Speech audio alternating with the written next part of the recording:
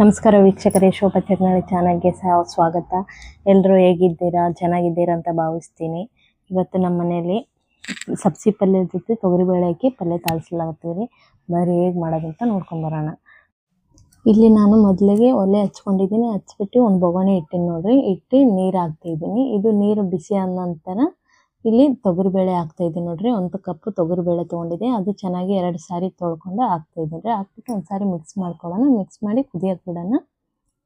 ಇವಾಗ ಕುದ್ದಾಗ ನೋಡ್ರಿ, ಬೇಳೆನ ಒಂದು 5 ನಿಮಿಷನ ಬೇಕ್ರಿ ಬೇಳೆ ಕುದಿಲಕ್ಕ. ಇವಾಗ ಚೆನ್ನಾಗಿ ಮೆತ್ತಗಾಗಿ ಕುದ್ದವ್ ನೋಡ್ರಿ. ಇದು ಕುದ ನಂತರ ಇದಕ್ಕೆ ಹಸಿ ಖಾರ ರೆಡಿ ಮಾಡ್ಕೊಳ್ಳೋಣ. ಇಲ್ಲಿ ನಾನು ಮಿಕ್ಸಿ ಜಾರ್ ತೊಗೊಂಡಿನಿ. ಅದಕ್ಕೆ ಒಂದು 10 ಮೆಣಸಿನ್ಕಾಯಿ ಹಾಕಿನ್ರಿ, ಒಂದು ಗಡ್ಡೆ ಬೆಳ್ಳುಳ್ಳಿ ಹಾಕಿನ್ರಿ. ಇದು ಚೆನ್ನಾಗಿ ರುಬ್ಕೊಂಬರೋಣ. ತರಿಯಾಗಿ ರುಬ್ಕೊಳ್ಳೋಣ ನೋಡ್ರಿ. ಇವಾಗ ತರಿಯಾಗಿ ರುಬ್ಬಿದಾಯಿತು. ಇಲ್ಲಿ ಕಡಾಯಿ ಇಟ್ಕೊಂಡಿದ್ದೀನಿ. ಅದಕ್ಕೆ 3 ಚಮಚ ಆಗೋಷ್ಟು ಎಣ್ಣೆ ಹಾಕಕತ್ತೀನಿ ರೀ. ಎಣ್ಣೆ ಬಿಸಿ ಆದ ನಂತರ ನಾವು ರುಬ್ಬಿಟ್ಕೊಂಡಿದ್ವಲ್ಲ ಮೊದಲೇ ಪೇಸ್ಟ್ ಮೆಣಸಿನ್ಕಾಯಿ ಬೆಳ್ಳುಳ್ಳಿ ಅದನ್ನು ಹಾಕ್ತಾಯಿದ್ದೀನಿ. ಇದು ಹಾಕ್ಬಿಟ್ಟು ಮಿಕ್ಸ್ ಮಾಡ್ಕೊಳ್ಳೋಣ. ಮಿಕ್ಸ್ ಮಾಡಿದ ನಂತರ ಟೊಮೊಟೊ ಹಾಕ್ತಾಯಿದ್ದೀನಿ ರೀ. ಟೊಮೊಟೊ ಹಾಕಿದ ನಂತರ ಉಪ್ಪು, ಅರಿಶಿನ ಹಾಕ್ಬಿಟ್ಟು ಟೊಮೊಟೊ ಸ್ಮೂತ್ ಆಗೋವರೆಗೂ ಮಿಕ್ಸ್ ಮಾಡ್ಕೊಳ್ಳೋಣ. ಇವಾಗ ಟೊಮೊಟೊ ಎಲ್ಲ ಸ್ಮೂತ್ ಆಗಿದೆ ನೋಡ್ರಿ. ಇವಾಗ ನಾವು ಕಟ್ ಮಾಡಿ ತೊಳೆದಿರುವಂಥ ಸಬ್ಬಸಿಗೆ ಪಲ್ಯ ಹಾಕ್ತಾಯಿದ್ದೀನಿ ನೋಡ್ರಿ. ಇದು 2 ಸೂಡು ಸಬ್ಬಸಿಗೆ ಪಲ್ಯ ಹಾಕ್ತಾಯಿದ್ದೀನಿ ನೋಡ್ರಿ. ತೊಳೆದ್ಬಿಟ್ಟು ನೀರು ಚೆನ್ನಾಗಿ ಬಿಟ್ಟಿದ್ದಾರೆ.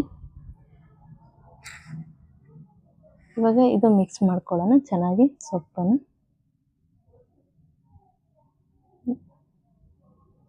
ಇವಾಗ ಮಿಕ್ಸ್ ಮಾಡಿದಾಗಿದೆ ನೋಡ್ರಿ. ಇದು ಸಬ್ಸಿ ಪಲ್ಯ ಚೆನ್ನಾಗಿ ಕುದಿಯಕ್ಕೆ ಬಿಡಮ್ರಿ. ಇದು ಕುದ್ದ ನಂತರ ನೋಡ್ರಿ, ಕುದ್ದದ್ರೆ ಇವಾಗ ತೊಗರಿಬೇಳೆ ಕುದಿಸಿಟ್ಟಿದ್ವಲ್ರಿ, ಅದನ್ನು ಹಾಕ್ಬಿಟ್ಟು ಚೆನ್ನಾಗಿ ಮಿಕ್ಸ್ ಮಾಡ್ಕೊಳ್ಳೋಣ. ಇದನ್ನು